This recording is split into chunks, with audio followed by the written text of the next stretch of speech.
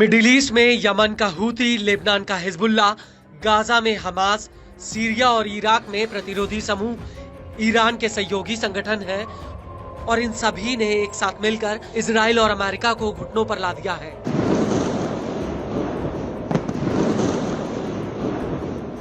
Lebanon में युद्ध विराम के बावजूद हिजबुल्लाह इजराइल से युद्ध के लिए पूरी तरह से तैयार है। वहीं अकेला हूती पूरे इजराइल में मिसाइल और ड्रोन हमले कर रहा है। हूती के हमलों की वजह से इजरायलियों की रातों की नींद हराम हो चुकी है। लेकिन इस सबके बीच डोनाल्ड ट्रंप 20 जनवरी 2025 को अमेरिका के राष्ट्रपति पद की शपथ लेने जा रहे हैं। We have to find out about Hezbollah. We have to find out about who exactly was in that hall. और ऐसा माना जा रहा है कि ट्रंप के व्हाइट हाउस में आने से पहले ईरान इजराइल के ऊपर एक बड़ा हमला कर सकता है। ईरान की रणनीति है कि वो इजराइल को अपने परमाणु ठिकानों तक आने से पहले ही रोक दे और इसी कड़ी में अब ईरानी सेना ने अपने नातंज परमाणु ठिकाने को महफूज करने के लिए एयर डिफेंस सिस्टम में नए एडवांस और घातक हथियारों को शामिल किया है। यह जानकारी न्यूज एजेंसी मेहर ने दी है।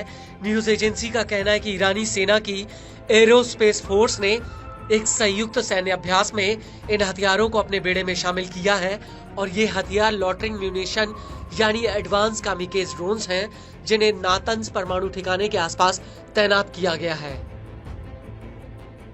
और यह पहली बार है जब ईरानी सेना ने अपने एयर डिफेंस सिस्टम में ड्रोन्स को शामिल किया हो। आपको बता दें कि ईरानी सेना ने एक सैन्य अभ्यास किया है जिसमें नए एडवांस कामिकेज ड्रोन्स को एयर डिफेंस के साथ एकीकृत किया गया। वहीं दूसरी तरफ ईरान में चल रही इस हलचल की वजह से इजरायली सेना के कान खड़े हो गए हैं। दरअसल इजरायली सेना के मुखिया लेफ्टिनेंट जनरल हर्जी हालेवी ने इजरायली सेना को हाई अलर्ट पर रखा है। आईडीएफ का कहना है कि आने वाले दिनों में ईरान इजराइल के खिलाफ कोई बड़ा अटैक कर सकता है। इजरायली न्यूज एजेंसी वल्ला ने ये जानकारी दी है। न्यूज एजेंसी वल्ला का कहना है कि अज्ञात रक्षा सूत्रों ने उसे बताया कि ट्रंप के व्हाइट हाउस में वापसी से पहले ईरान इजराइल के खिलाफ एक हमला कर सकता है।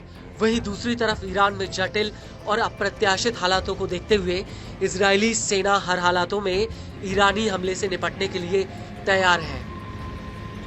लेकिन बड़ी बात यह है कि अगर ईरान इजराइल के ऊपर फिर से सीधा हमला करता है तो यह अक्टूबर 2024 के बाद से अभी तक ईरान का तीसरा बड़ा हमला होगा।